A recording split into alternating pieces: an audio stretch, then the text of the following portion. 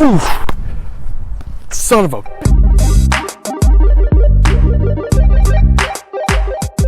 So you've just sprained your ankle. Here are the first steps you can take to start healing. First off is safety. We need to make sure that there's nothing serious beyond a sprain going on in that ankle.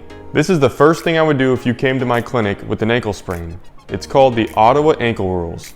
It's a list of questions that I'm going to ask you about the ankle that you just sprained. If you meet certain criteria, then you need an x-ray. If you have something broken in your ankle, trying to rehab it could make it worse. So let's go through the criteria.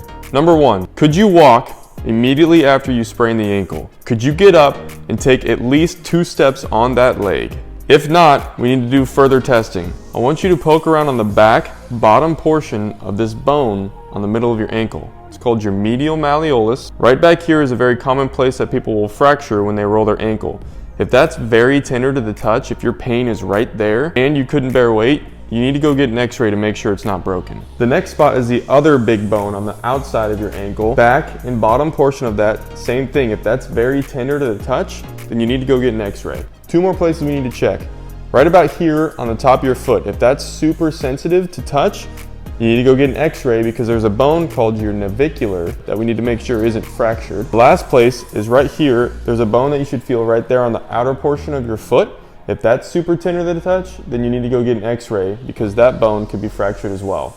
Now keep in mind, those tender spots are only if you couldn't walk. If you could walk and you're super sensitive in one of those spots, it might be a good idea to go get an x-ray anyway just to clear it. But otherwise, we're good to go, and we're going to talk about the first steps to get you healed. You've probably heard of RICE, rest, ice, compress, elevate.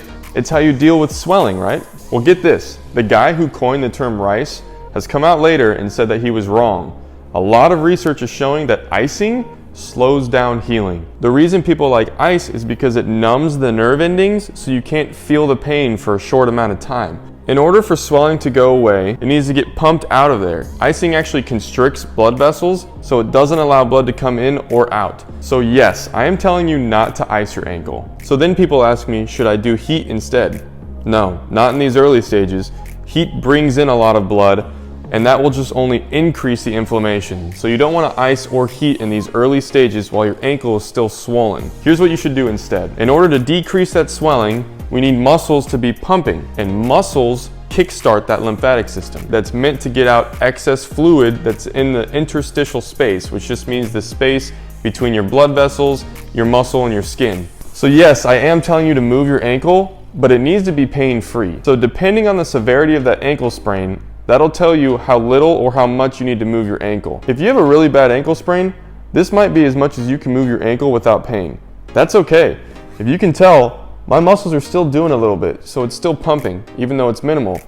If it's that bad, you can even try moving your toes, and if that doesn't hurt, then that's something you can do because that'll start it from the bottom up as well. If your ankle sprain isn't as severe, then maybe more movement like this is what you can be doing. Now let's talk about the other parts of that RICE method. Rest, compress, and elevate. Rest, I'm okay with that. If that thing's really swollen and painful, you probably shouldn't be playing basketball that next day and just taping the crap out of it.